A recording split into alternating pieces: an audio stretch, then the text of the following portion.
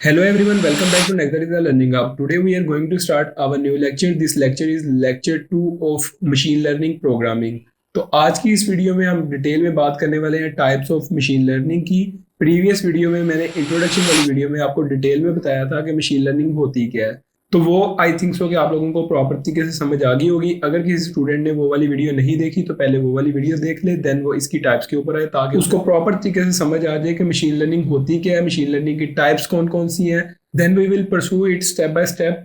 First of all we will discuss it theoretically, then after we will continue on our programming. तो जल्दी से मैं start करता हूँ आज की वीडियो को. तो types of machine learning. Machine learning की कौन कौन सी टाइप्स होती हैं? मशीन लर्निंग की 3 किस्म की टाइप्स हैं: सुपरवाइज्ड लर्निंग, अनसुपरवाइज्ड लर्निंग और रीइंफोर्समेंट लर्निंग. सुपरवाइज्ड लर्निंग ऐसी लर्निंग होती है जिसके अंदर आप अपना ट्रेनिंग डाटा देते हो, ट्रेनिंग डाटा के साथ आपको आउटपुट के कुछ ना कुछ लेबल प्रोवाइड करने पड़ते हैं. लेबल क्या होते हैं वो मैं फर्दर डिस्कस कर देता हूं. अभी के लिए सिंपल आपने इतना समझ लेना है कि सुपरवाइज लर्निंग जो है उसके अंदर जो ट्रेनिंग डाटा होता है वो आपका लेबल डाटा होता है. अब लेबल डाटा क्या होता है? लेबल डाटा ऐसा डाटा होता है जिसके अंदर आप लेबल प्रोवाइड करते हो. सपोज मैं कहता हूँ दिस इज अ पेन, तो वो पेन का लेबल लग जाएगा उसके ऊपर. मैं कहता हूँ दिस इज अ चेयर, तो चेयर का लेबल लग जाएगा. मतलब हमने डिफाइन करना है कि व्हाट इज दिस थिंग, मतलब वो चीज है क्या. तो इस तरह से अगर आपको उस चीज का पहले से पता है, देन आप वो अपने मॉडल को दे रहे हो और मॉडल को भी बता रहे हो कि ये वाली चीज स्पेसिफिकली यही चीज है लिख के साथ.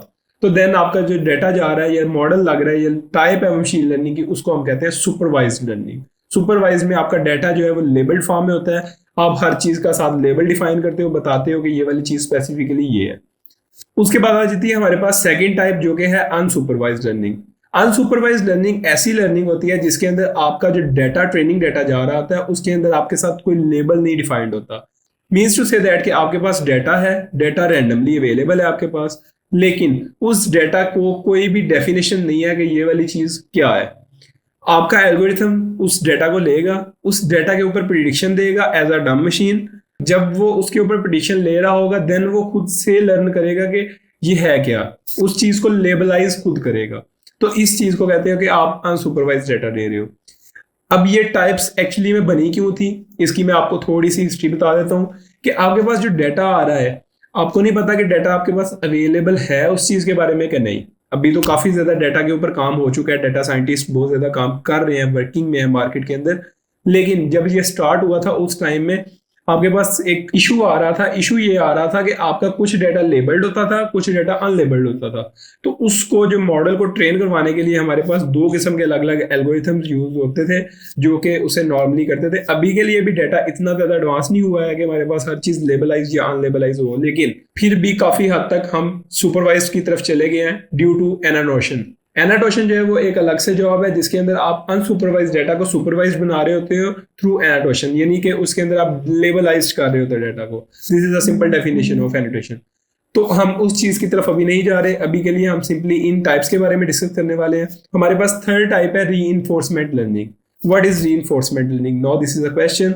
रीइंफोर्समेंट लर्निंग जो है ये काफी ज्यादा एडवांस टेक्नोलॉजी है सुपरवाइज्ड और अनसुपरवाइज से. रीइंफोर्समेंट लर्निंग में होता क्या है कि आपका डाटा रिक्वायर्ड नहीं है कि सुपरवाइज्ड हो या अनसुपरवाइज्ड हो. उसमें आपके पास डाटा होना चाहिए. डाटा के बाद आपकी जो प्रिडिक्शन आ रही है, आउटपुट आ रही है, रिजल्टेंट आ रहा है, उस रिजल्ट को 2 तरीके से मैनेज किया जाता है. एक तो वो कि आपका एल्गोरिथम उसे खुद से लर्न कर रहा होता है. मैंने आपको पहले बताया कि जिस चीज में मशीन लर्न कर रही हो थ्रू प्रोग्राम, तो वो आपका मशीन लर्निंग कहलाता है. तो ऑब्वियसली सी बात है हमारे तीनों एल्गोरिथम की टाइप्स के अंदर जो है वो मशीन तो लर्न हो ही रही है. लेकिन रीइंफोर्समेंट लर्निंग में एक चीज अजाफी हो रही है, एक्स्ट्रा हो रही है. वो ये है कि आपके पास जो एल्गोरिथम है उसको लर्न मशीन भी करवा रही है और वो फीडबैक से भी लर्न कर रही है. अब फीडबैक से क्या मुराद है? फीडबैक से मुराद ये है कि आपके पास जो यूजर है, यूजर कोई ना कोई कमांड दे रहा है, सेट ऑफ इंस्ट्रक्शन दे रहा है जिसकी बेस के ऊपर आपका मॉडल जो है वो परफॉर्म कर रहा है. अब यूजर को एल्गोरिथम ने एक रिजल्ट प्रोवाइड किया. अब रिजल्ट जो है वो यूजर की रिक्वायरमेंट के मुताबिक नहीं आया, डिजायर के मुताबिक नहीं आया. तो देन क्या होगा? यूजर कहेगा कि ये वाला रिजल्ट आपका गलत है, मैं आपको बताता हूँ कि सही क्या है. तो यूजर कोई ना कोई फीडबैक दे रहा होगा जिसकी बेस के ऊपर आपका मॉडल खुद से फिर लर्न करेगा और देन वो कंटिन्यूसली जो है वो ट्रेनिंग कर रहा होगा. लेकिन रीइंफोर्समेंट लर्निंग के कुछ ड्रॉबैक्स भी हैं. ड्रॉबैक्स क्या है कि रीइंफोर्समेंट लर्निंग जब भी हो रही होती है तो इस टाइम पे आपका बाज दफा डाटा गलत प्रोवाइड किया जाता है थ्रू यूजर, तो वो गलत मॉडल ट्रेन हो जाता है. तो इस चीज से बचने के लिए देन फिर आगे मोर फर्दर इसके ऊपर जो है ना वो मॉडल्स क्रिएट किए गए हैं। लेकिन अभी के लिए हम जो 3 टाइप्स इसकी डिस्कस करने वाले हैं, सुपरवाइज्ड, अनसुपरवाइज्ड और रीइंफोर्समेंट लर्निंग। मशीन लर्निंग में यही 3 टाइप्स हैं जो कि बेसिक टाइप्स हैं। नेक्स्ट है जी हमारे पास सुपरवाइज्ड लर्निंग। अब इसे थोड़ा सा और मजीद एक्सप्लेन किया गया थ्रू न्यूमेरिकल इक्वेशन। तो न्यूमेरिकल इक्वेशन जो है वो यूज करेंगे हम, ताकि हम थ्योरेटिकली इसे सारा कुछ पहले समझ लें, देन हम इसे इंप्लीमेंट करेंगे पाइथन के जरिए से अपने किसी भी जुपिटर या कोलैब के ऊपर, ताकि हर चीज हम properly step by step from scratch से लेके चलें, ताकि हमें हर चीज समझ आ जाए। तो ये वाला कोर्स काफी ज्यादा इंटरेस्टिंग होने वाला है आप लोगों के लिए। तो जल्दी से मैं ब्रीफली एक्सप्लेन कर देता हूँ सुपरवाइज लर्निंग को फर्दर मोर कि क्या क्या इसमें होगा। आपके पास एक न्यूमेरिकल इक्वेशन आ रही है कि आपको एक डाटा एक्स और वाई की फॉर्म में शो हो रहा है एक प्लेन के ऊपर। इसमें जो कॉलम की साइड पे डाटा लिखा हुआ है 0 1 2 3 4 5, ये आपकी प्रिडिक्शन वाली साइड है, इसे कहते हैं हम वाई प्रिडिक्ट। और जो हमारा नीचे एक्स एक्सिस गिवन है उसे हम कहते हैं गिवन एक्स। एक्स आपको गिवन होगा, यानी यूजर जो इनपुट देगा वो एक्स इनपुट देगा और रिजल्टेंट में आउटपुट हमें हमेशा वाई मिलेगी। ये आपने चीज याद रख लेनी है कि हमें जब भी मॉडल के अंदर कोई भी ट्रेनिंग करवा रहे होंगे तो उस टाइम में एक्स एक्सिस जो है वो हमारा इनपुट के लिए यूज होगा और वाई एक्सिस जो है वो हमारा आउटपुट के लिए यूज होगा। वाई प्रिडिक्ट के नाम से इसे जाना जाता है जो हमारा वाई कॉलम है, और एक्स एक्सिस जो है वो वाई इनपुट के नाम से जाना जाता है, या गिवन एक्स भी होता है हमारे पास। तो इस तरह से जो है सुपरवाइज लर्निंग यूज होती है। अब सुपरवाइज लर्निंग के अंदर से नेक्स्ट मोर आगे से टाइप्स हैं, जिसमें आपकी लीनियर रिग्रेशन, लॉजिस्टिक रिग्रेशन और इस तरह की फर्दर मोर काफी ज्यादा टाइप्स हैं, वो मैं आपको डिस्कस कर दूंगा। लेकिन अभी के लिए हम बेसिक 3 टाइप्स को लेके चल रहे हैं। मैं आपको जल्दी से पहले ये वाली एक्सप्लेन कर देता हूं, देन हम फर्दर मोर इनकी सारी टाइप्स के ऊपर बात करेंगे। सुपरवाइज लर्निंग को देन फर्दर मोर 2 टाइप्स के अंदर डिफाइन किया जाता है, रिग्रेशन में और क्लासिफिकेशन में। अब कुछ इसकी रिग्रेशन प्रॉब्लम्स है, कुछ इसकी क्लासिफिकेशन प्रॉब्लम्स है। अभी के लिए हम डिस्कस कर रहे हैं रिग्रेशन प्रॉब्लम। रिग्रेशन प्रॉब्लम के अंदर हमारी जो प्रिडिक्शन ली जा रही होती है वो कंटिन्यूअस वैल्यू के ऊपर ली जा रही होती है। इसकी one of the most famous example जो है वो है आपकी house price prediction. House price prediction में क्या हो रहा होता है कि आपका रन टाइम पे घर की लोकेशन के मुताबिक आपका जो है वो आउटपुट चेंज हो रही होती है। अगर हमारा घर एक विलेज में है या एक सिटी के अंदर है तो उस लिहाज से उसकी वेरिएशन आ रही होती है घर की प्राइस के ऊपर, तो वो कंटिन्यूअस वैल्यूज है। उसके बाद आपका एक डेटा और हम यूज कर लेते हैं कॉइन का, कि आपकी जो कॉइन की प्रेडिक्शन है वो भी ऊपर नीचे जा रही है, वो स्टेबलाइज नहीं है, तो उस चीज को भी हम कहते हैं कि वो रिग्रेशन प्रॉब्लम है। नेक्स्ट हम डिस्कस कर लेते हैं जी इसकी classification problem. What is classification problem? Classification problem is very simple कि इसके अंदर आपका डाटा 2 या 3 टाइप्स में स्पेसिफिकली डिवाइड होगा, या तो वो चीज होगी या तो वो चीज होगी, मतलब कि फर्दर मोर एक्सपेंड नहीं हो सकता, कंटिन्यूस वैल्यूज नहीं आती, इसमें कोई ना कोई डिस्क्रीट रिजल्ट मिल रहा होगा। इसमें आप इस तरह से भी कह सकते हैं कि ट्रू फॉल्स की फॉर्म में होगा। मैं कहता हूं कि ये वाला घर इस बंदे का है या नहीं है, तो वो प्रिडिक्ट करे, तो उस चीज के प्रिडिक्शन के लिए यस और नो में ऑप्शन आएगा, तो वो क्लासिफिकेशन प्रॉब्लम है। या मैं इसके लिए एक और एग्जांपल ले लेता हूं आइरस प्लांट डेटा सेट की। आइरस हमारा एक फ्लावर का डेटा सेट है जो कि प्रिडिक्ट करता है कि ये फ्लावर किस सिटी से बिलोंग करता है, तो उसमें सिर्फ 3 सिटीज ही होते हैं हमारे पास। तो ये क्लासिफिकेशन प्रॉब्लम है जिसके अंदर आप स्पेसिफिकली 2 या 3 या 4 या 5 टाइप्स के ऊपर काम कर रहे होते हो और उन स्पेसिफिकली टाइप्स की भी प्रेडिक्शन ले रहे होते हो, तो इस चीज को आप कहते हो classification problem. I think so कि ये वाली चीज आप लोगों को समझ आ गई होगी। नेक्स्ट हम डिस्कस कर लेते हैं जी सुपरवाइज लर्निंग के अंदर आपको ये डायग्राम शो हो रही होगी जो कि मल्टी डायमेंशनल डायग्राम के लिए यूज हो रही है, कि आपके पास जो डाटा है वो मल्टी डायमेंशनल आ जाता है। सपोज जैसे मैंने अभी आपके साथ बात की है कि हमारे पास क्लासिफिकेशन प्रॉब्लम के अंदर डाटा जो है वो 3 या 4 क्लासेस से डिफरेंट बिलोंग कर रहा है। जनरली मैं पहले आपको सिंपल 2 डाटा के ऊपर एग्जांपल देके बताता हूँ कि 2 क्लासिफिकेशन का अगर डाटा और ट्रू या फॉल्स की बेस पे तो देन क्या होगा। यहाँ पे जो एग्जांपल लिखी हुई है वो ट्यूमर साइज की लिखी हुई है एज के अकॉर्डिंग। अगर एक बंदे की एज इतनी हो तो उसका ट्यूमर साइज क्या है, ये हमारे पास कुछ डाटा यहाँ पे गिवन है रेड और ब्लू सर्कल्स के अंदर। अब इनके दरमियान क्लासिफिकेशन करनी है। क्लासिफिकेशन करने के लिए हमारे पास एक सेंटर में हाइपर प्लेन ड्रॉ किया गया है जिसको हम डायगोनल लाइन कह सकते हैं। ये आपका हाइपर प्लेन डिफाइन करता है कि आपका मॉडल क्लासिफिकेशन में कितना क्लैरिटी रखता है।